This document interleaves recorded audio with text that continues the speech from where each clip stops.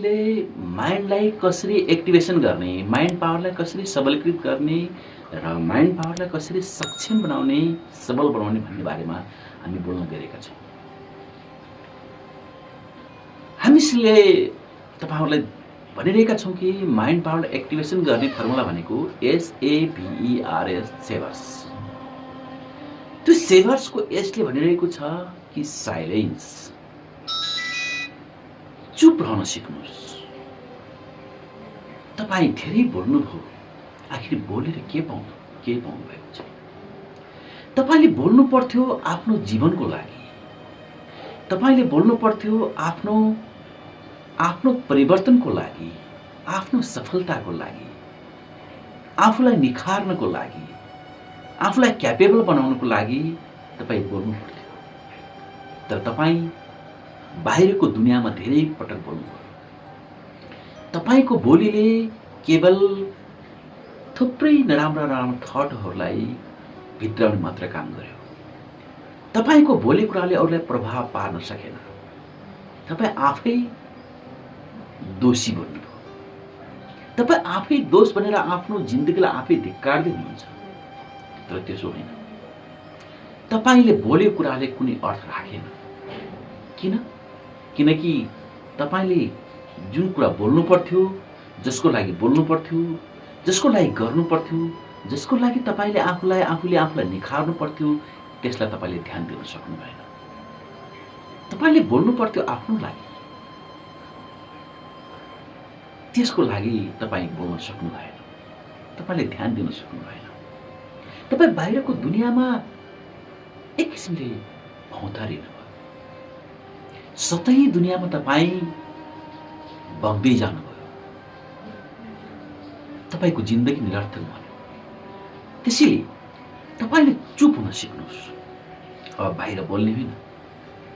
तपाई पहिला सोच्नुहोस्, बुझ्नुहोस्, म कहाँ छु, म के गर्दैछु, म कुन अवस्थामा बाँचिरहेको छु र मैले के गर्नु पर्थ्यो भन्ने कुराको बारेमा तपाईले आफूलाई चिन्नुहोस्।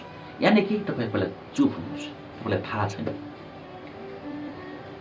दुईवटा घैँटा, एउटा घैँटामा पानी भर्नुहोस्, एउटा घैँटा खाली राख्नुहोस्।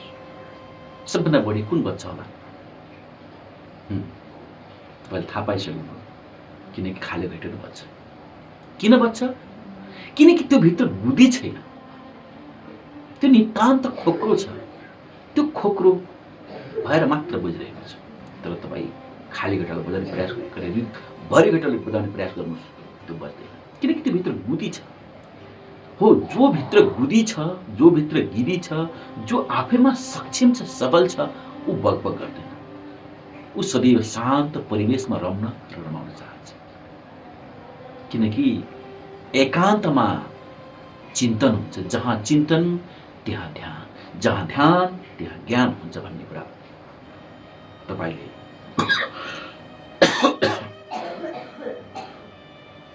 तपाईले बुझ्नु भएको छ। तपाईले बुझेका कुराहरूलाई अब यसरी बुझ्नुहोस् कि यस भनेको साइलेन्ट भित्र एउटा लिसनिङ पावर छ। SILENT, silent, LISTEN, listen. त्यो सुन्नुहोस्, आफूलाई सुन्ने प्रयास गर्नुहोस्। तपाईले धेरै अरूको लागि सुन्नुभयो, त्यो काम छैन। आफूलाई सुन्ने प्रयास गर्नुहोस्। यानी कि पहिला चुप भएपछि तपाईले सुन्न सक्नुहुन्छ। तपाई आफै बोलिरहनु भयो भने तपाईले सुन्न चाहनु।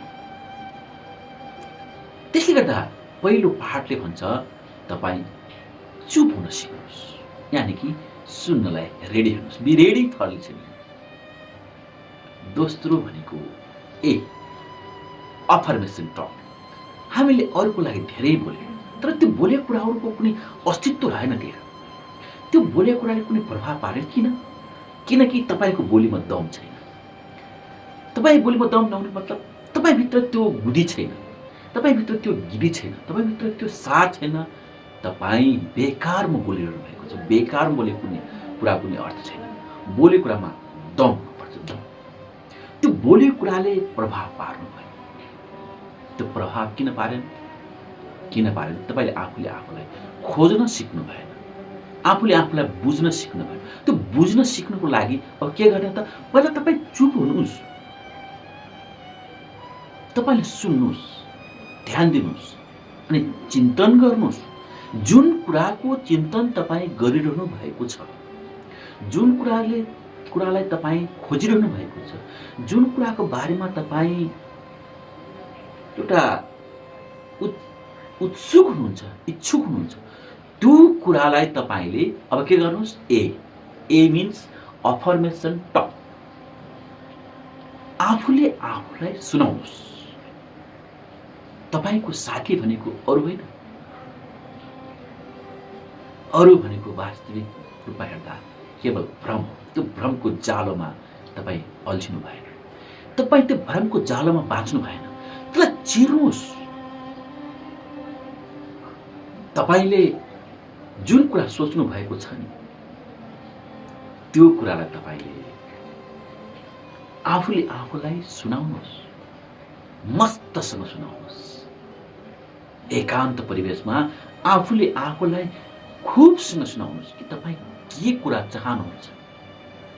बार बार बार बार बार बार रिपिट गर्नुहोस्। त्यसले तपाईँको माइन्डलाई एक्टिभेट गर्छ।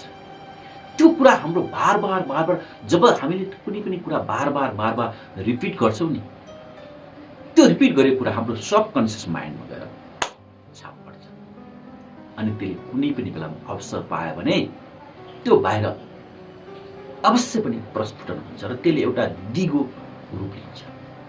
त्यसैले ए भनेको अफर्मेसन टक, आफूले आफूलाई बोल्नुहोस्। तेस्रो भनेको भी मिन्स भिजुलाइज। तपाईले जे कुरा बोलिरहनु भएको थियो नि, जुन कुरा तपाईँ साइलेन्ट अवस्थामा सोचिरहनु भएको थियो नि, त्यही कुरा तपाईँले बोल्दै हुनुहुन्छ। कोसँग बोल्दै हुनुहुन्छ? आफूसँग बोल्दै हुनुहुन्छ।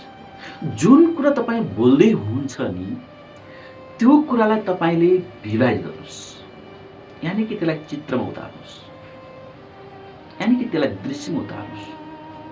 किनकि हाम्रो माइन्डले सुनेको भन्दा बढी देखेको कुरामा त्यसले चाहिँ विश्वास गर्छ, देखेको कुरालाई अझ बढी मेमोराइज गर्ने काम गर्छ। अनि त्यसलाई कुरा चित्रमा उतार्नुहोस्, भिजुलाइज गर्नुहोस्, एउटा कहानी बनाउनुहोस्, बार बार त्यसलाई चाहिँ भिजुलाइज गर्नुहोस्। मान्छे सुतेर सपना देख्छ, त्यसको कुनै अर्थ छैन। सुतेर जो पनि सपना देख्छ, तर त्यो मिथ्या सपना हो, त्यो सपना कुनै सार छैन, त्यो बेकारमा जान्छ। तर जो मान्छे हिँड्दा हिँड्दै, काम गर्दा गर्दै जागृत अवस्थामा जसले सपना देख्छ नि, हो त्यो सपनाले सार्थक देखिन्छ। त्यही नै हो भिजुलाइज गरेको भनेको, त्यही नै हो एक्चुअल भिजुलाइजेसन भनेको। त्यो एक्चुअल भिजुलाइजेसन पावरले हाम्रो सबकन्सियस माइन्डलाई पूर्ण रूपमा एक्टिभेट गरिदिन्छ। त्यो कुरा तपाईँले कहिले बुझ्नु?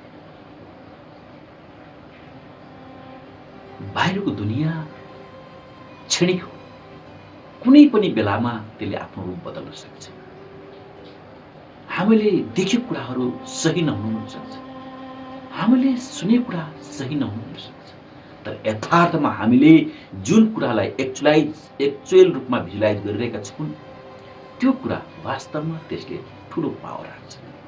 त्यसले गर्दा भीले भन्छ कि भिजुलाइज हो, त्यो कुरा तपाईँले भिजुलाइज गर्नुहोस्।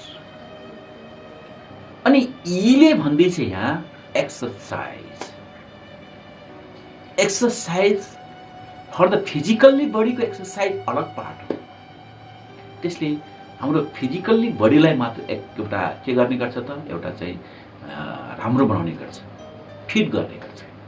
तर यहाँ कुरो उठिरहेको छ, फिजिकल्ली एक्सरसाइजको अलावा मेन्टल्ली एक्सरसाइज गर्नुहोस्, यानी कि साधना गर्नुहोस्, यानी कि चिन्तन गर्नुहोस्। हरेक दिन पोजिटिभ थिङ्किङको पार्टलाई अगाडि बढाउनुहोस्।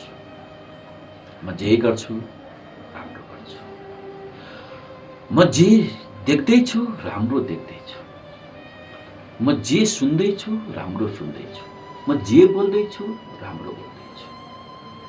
यति बेला म जुन अवस्थामा छु राम्रो अवस्थामा छु। यो कुरा तपाईले थिङ्किङ गर्ने जुन एउटा सिस्टम छ त्यो सिस्टम एउटा मेडिटेसन पार्टमा गएर आफ्नो फिलिङ्सलाई पूर्ण रूपमा पोजिटिभमा ढाल्नुहोस्। सदैव हामीले मेडिटेसन गर्नुपर्छ किनकि माइन्डको एक्सर्साइज भनेको मेडिटेसन पार्ट हो, एउटा पोजिटिभ थिङ्किङको पार्ट हो। त्यो पोजिटिभ थिङ्किङको पार्टमा हाम्रो माइन्डलाई कसरी डाइभर्ट गर्ने त्यो कुरामा हामीले ध्यान दिन सिक्नुपर्छ। किनकि त्यो कुरामा हामीले ध्यान दिन सक्यौँ भने पक्कै पनि हाम्रो माइन्ड एकदम सोचे जस्तो हामीले माइन्डलाई एक्सर्साइज गर्न सक्छौँ।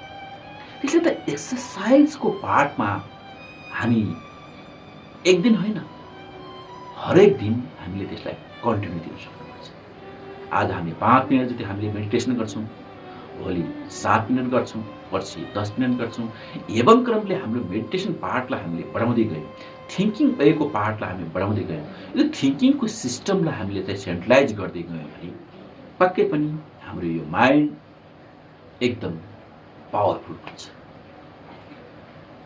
अर्को कुरा आर, SAVER, आर भनेको रिडिङ। त्यो कुरा पढ्नुहोस् जुन कुराले हाम्रो माइन्डलाई एउटा राम्रो बनाउँछ, जसले माइन्डलाई क्यापेबल बनाउँछ, जसले माइन्डलाई एउटा राम्रो वेमा ढाल्न सक्छ। हामी देखिरहेका छौँ मार्केटमा थुप्रै खालका पुस्तकहरू छन्, पोजिटिभ खालका पुस्तकहरू छन्, जो विभिन्न खालका माइन्डलाई एउटा डिस्ट्र्याक्सन गर्ने खालका पुस्तकहरू छन् अथवा माइन्डलाई नेगेटिभ वेमा लग्ने खालका पुस्तकहरू छन्। ती पुस्तकहरू होइन, जो पोजिटिभ पार्टमा लेखिएका विषयवस्तुहरू जसलाई माइन्डले एउटा राम्रो खालको भिजुलाइज गर्न सकोस्। हरेक दिन राम्रा पुस्तकहरू पढ्न सिक्नुहोस्। हरेक हप्ता, हरेक महिना नयाँ नयाँ ज्ञानवर्धक कुराहरू, पोजिटिभ थिङ्किङका पार्टहरू, ज्ञानवर्धक कुराहरू हामीले पढ्नुपर्छ। किनकि माइन्डको फिडिङ भनेको के हो? वास्तवमा रिडिङ हो। त्यो रिडिङलाई हामीले भुलिसक्यौँ। वास्तवमा हामीले स्कुल कलेजमा हामीले पढ्दाखेरि के पाठ्य पुस्तक किताबहरू पढ्यौँ होला। जब हामी स्कुल कलेजको हाम्रो जीवन सिद्धिन्छ त्यसपछि हाम्रो पढाइको च्याप्टर नै हामीले क्लोज गर्छौँ अनि हाम्रो लाइफ सक्सेस हुन्छ भन्ने कुरामा हामीलाई ग्यारेन्टी छ त? पक्कै पनि छैन। किनकि पढ्नु भनेको नितान्त जिन्दगी बदल्नको लागि, पढ्नु भनेको जिन्दगीलाई सही डिरेक्सन दिनु, पढ्नु भनेको जिन्दगीलाई एउटा साँच्चैकै सुन्दर र स्वर्णिम फलमा ढाल्नु। त्यो कुरा हामीले बिर्स्यौँ। खालि पाठ्य पुस्तक मात्र पढ्नु होइन, त्योभन्दा बाहिरको दुनियाँमा हामीले पढ्नु धेरै कुराहरू छ। हामीले कुनै बोट बिरुवालाई पढ्न सक्छौँ, हामीले कुनै जीव जन्तुलाई पढ्न सक्छौँ, हामीले कुनै किरा फट्याङ्ग्रालाई पढ्न सक्छौँ, हामीले कुनै निर्जीव तत्त्वलाई हामीले पढ्न सक्छौँ, यानि कि कुनै मान्छेलाई पनि हामीले पढ्न सक्छौँ, यानि कि कुनै हामी आफूले आफ्नै जीवनलाई पनि पढ्न सक्छौँ। त्यो पढ्नु भनेको के हो त? आफूले आफूलाई एउटा सही डिरेक्सनमा अगाडि बढाइरहनु। त्यो पाटोमा हामी कहाँनिर छौँ, त्यो पाटोमा हामी सही रूपमा छौँ या गलतमा छौँ, हामीले माइन्डलाई फिडिङ गरिरहेका छौँ या ब्लिडिङ गरिरहेका छौँ। साँच्चै फिडिङ गरिरहेका छौँ, राम्रा कुराहरू हामीले यहाँ राखिरहेका छौँ। साँच्चै ब्लिडिङ गरिरहेका छौँ, यानि कि हामी बर्बाद भइरहेका छौँ। हामी कुन अवस्थामा बाँचिरहेका छौँ? हामी स्वप्न अवस्थामा बाँचिरहेका छौँ या जागृत अवस्थामा हामी बाँचिरहेका छौँ? त्यो पार्टमा हामी आफूले आफूलाई कहाँनिर पाउँछौँ, यो कुरामा हामीले ध्यान दिनुपर्छ। अनि अन्तिम अक्षरले भन्छ यस। यस स्क्राइबिङ, यानि कि हामीले जे पढ्छौँ, हामीले जे सोच्छौँ, हामीले जे भिजुलाइज गर्छौँ, हामीले जे अफर्मेसन टक गर्छौँ, त्यो कुरालाई, बाहिर कुरा होइन, त्यही कुरालाई हामीले हरेक दिन सेतो कागजको पानामा, सादा पानामा हामीले लेख्ने बानी गर्नुपर्छ। हरेक दिन हामी लेख्दै जाउँ, हामीले जे सोचिरहेका छौँ, जे हाम्रो मानसपटमा त्यो दृश्य आइरहेको छ, जे कुरा हामीले पढिरहेका छौँ, के को लागि? हर पोजिटिभ पार्टको लागि, फर द सक्सेस अफ लाइफको लागि हामीले जे पढिरहेका छौँ, जे कुरा हामी थिङ्किङ पार्टमा ढालिरहेका छौँ, त्यो कुरालाई हामी हरेक दिन सेतो कागज पानामा हामीले चाहिँ हरेक दिन हामीले लेख्ने प्रयास गर्यो, यानि कि स्क्राइबिङ गर्यो, लेख्ने प्रयास गर्यो भने लेखेको कुरालाई हाम्रो ब्रेनले चाँडै के गर्छ त सही ठाउँमा डिरेक्सन गर्छ, त्यसलाई सही रूपमा लिने गर्छ, वास्तविकता त्यसले बुझ्ने गर्छ। भने हरेक दिन हामीले लेख्दै गयौँ भने, हरेक दिन हामीले चाहेका सोचेका कुराहरूलाई बारम्बार लेखिरह्यो भने नितान्त अवश्य पनि त्यो कुनै न कुनै दिन 100% सफल भइसक्छ। त्यो कुरामा हामी सचेत छौँ कि छैन? त्यो कुरालाई हामीले कसरी बुझिरहेका छौँ? त्यो कुरामा यदि हामी साँच्चैकै एउटा सिस्टमाइज रूपमा हामी अगाडि बढ्छौँ भने हाम्रो जीवन हर हालतमा पनि सफल भइजान्छ। सफलताको मेरुदण्ड भनेको यही हो। यो कुरामा तपाईँ कतिको विश्वस्त हुनुहुन्छ? आदरणीय दर्शकवृन्द, तपाईँहरूमा आज मैले जे जस्ता कुराहरू राखेँ, यी कुराहरूले तपाईँको जीवनमा पक्कै पनि प्रभाव पार्नेछ र तपाईँलाई एउटा सही डिरेक्सनको पार्टमा अगाडि बढाउनेछन् र तपाईँको जिन्दगीलाई एउटा सबल कामयाब बनाउन लागि निरन्तरताको एउटा पार्टमा अगाडि बढाउनेछन्।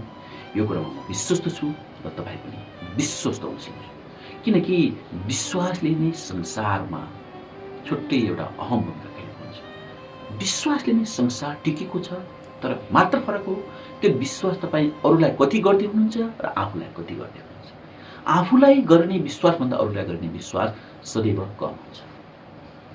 आफूलाई गर्ने विश्वास वास्तवमा बढी हुन्छ। त्यही विश्वासले नै आज संसार टिक्छ। त्यस कारणले अब हामी जिन्दगीलाई जहर या रङ्गीन सार, जिन्दगीलाई विष या मधुमास, जिन्दगीलाई सबल या निर्बल, जिन्दगीलाई आशामुखी या निराशा, जिन्दगीमा पारिलो घाम लगाउने या दलदलमा फसाउने या बादल लगाउने, त्यो हाम्रै हातमा भएको कारणले तपाईहरूले आफ्नो जिन्दगीलाई जस्तो रूपमा पनि अगाडि बढाउन सक्नुहुन्छ। किनकि एउटा भनाइ छ, म जे सोच्छु त्यो मेरै लागि सोच्छु, म जे गर्छु त्यो म मेरै लागि गर्छु।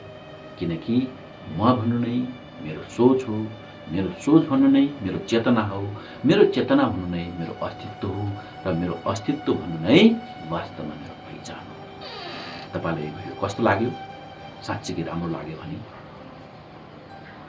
लाइक गरिदिनु होला र अरूलाई सेयर गरिदिनु होला र हाम्रो च्यानललाई सब्सक्राइब गरिदिनु होला र नजिकै रहेको बेल आइकनमा थिचेर अन्य भिडियोहरू पनि तपाईँहरूमा आज हामी ल्याउने नै छौँ।